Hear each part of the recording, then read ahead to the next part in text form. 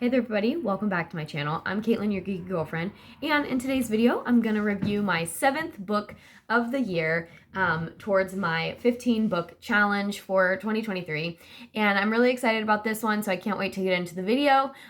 Just FYI, I will be uploading some movie reviews later on today as well, so make sure that you go and scroll up and down to see those. You can scroll down to find some makeup tutorials, which is a new thing for the channel, some recent hauls that I did, and a lot of cool, fun things like that. But before we get into today's video, make sure you hit that red button and subscribe to the channel, and you can sign up for those notifications.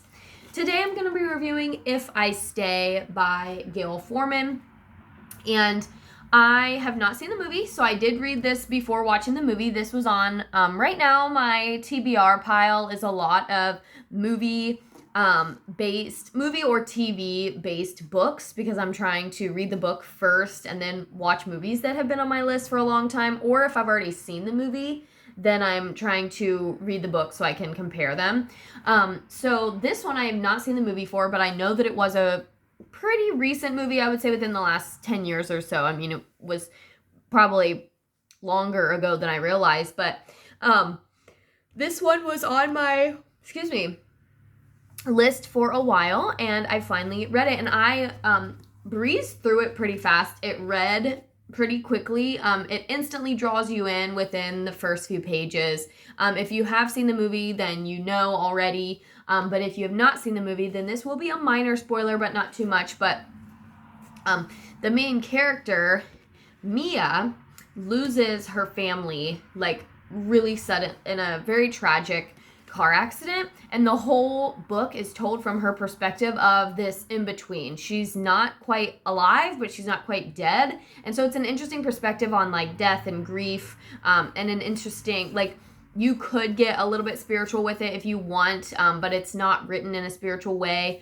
But yeah, so she's observing everything that's happening in the hospital and the surgery, and which is a different perspective than many people would not get to have.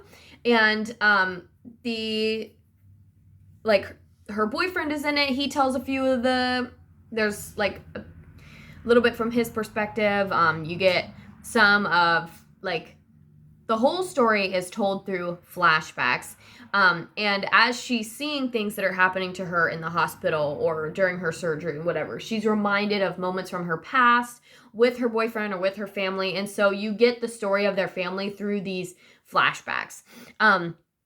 But the book takes place over like 24 hours, 48 hours, something like that. And so each chapter, instead of being like a chapter, is just a different time stamp. And it's told that way. So it's her remembering things, and she'll be like 10:08 a.m. and then she'll like have a flashback. Then it'll come back and be like 12:35 p.m. or whatever. So the whole thing takes place just over a couple of days. And at the end of the novel, there was like an exclusive look at her other book, which is actually what I'm currently reading, Just One Day. But there's also a sneak peek of the sequel, Where She Went. So that is included in this version of the novel that I have as well.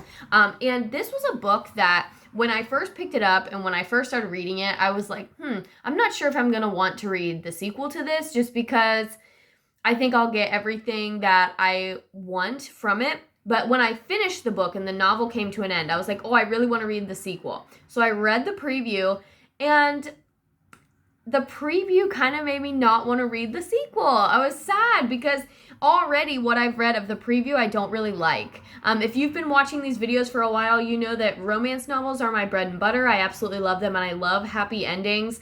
I don't like it when there's this like tension and this buildup and this chemistry, and then the characters don't end up together.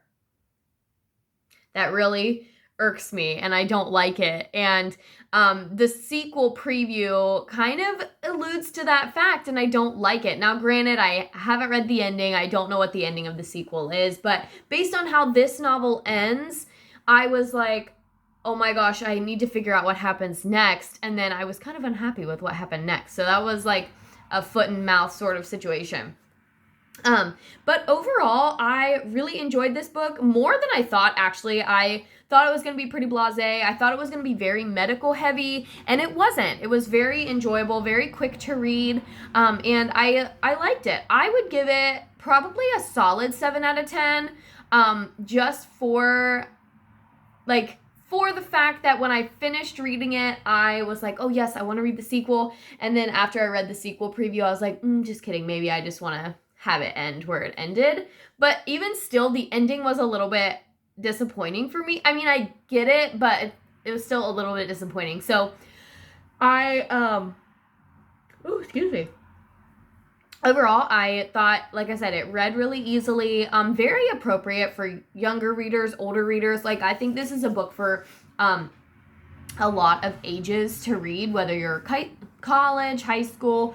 Mia and her boyfriend are like late high school age at the time of the novel. She has a younger brother. So definitely middle school appropriate, definitely high school appropriate.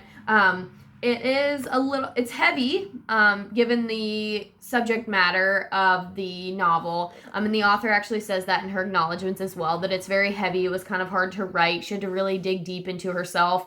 But it is a New York Times bestseller. And like I said, there was a movie, with Chloe Grace Moretz, which I do want to watch now. So I need to look that movie up and watch it, because now that I read the book, I want to add the movie review to my channel, because I've never seen the movie. So I thought it read really easily. It is pretty heavy, but again, really suitable for lots of readers. There are interesting things for adults in here too, like reading their flashbacks of like the parents and how they kind of changed after they had kids, and like their priorities changed and stuff like that.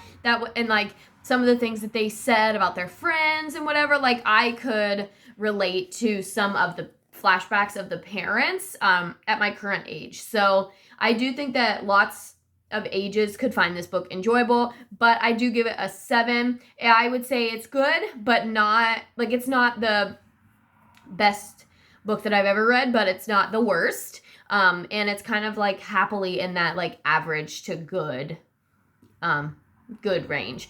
I would say, comparing to some of the other books that I've read recently, I would say I didn't enjoy it as much as like The One and Only Ivan and The Giver. But it was still good. Like, it was good. I would recommend it to people. Like, if people were to pick this up and say, hey, should I read this book? I would say yes. You should read it. And then that's why I want to watch the movie, to see, like, if you've watched the movie, maybe it's not so good. Or if you've seen the movie, then the book is way better than the movie, or what have you. So the movie is definitely on my list to watch, so I can compare the two. But Where She Went is the sequel. I have read the first like chapter, maybe 2 chapters of it, just because it was included in this version of the novel that I purchased. And it is now on my to-be-read list, but I can't promise that it'll get read anytime soon. Currently, I'm reading Just One Day by Gayle Foreman, which there is also a movie about that one called One Day with Anne Hathaway, which I have seen. But it was a while ago when I saw it. So I'm trying to read this one kind of open-minded and optimistically, but it's still pretty good. There was also a preview of Just One Day in this one, and I happen to have Just One Day on my shelf already, so that's what made that decision. So we've got a lot of Gayle Foreman coming to the channel. But thank you all so much for watching. I would give it, if I stay, a solid 7. I would say it's appropriate for all ages, or like if you're an adult, high school or whatever, you can read this book and find it enjoyable if you like these sort of young adult novels. Definitely has some medical things in it. I would say be wary of it if you are a survivor of trauma or have any sort of a trauma like what Mia faces. Like if you lost somebody in a significant car accident or something like that, maybe not read this one, because it does, it happens so suddenly and so off the top of the novel that it would probably turn you off if that was something that you were working through. So just keep that in mind. But overall, that's my review of If I Stay. This one was a little wordy, a little bit longer than some of my other ones, so I apologize for that. But let me know what you want me to read in the comments below. And make sure you subscribe and hit that bell for notifications on my latest videos. And I will see you guys in the next one.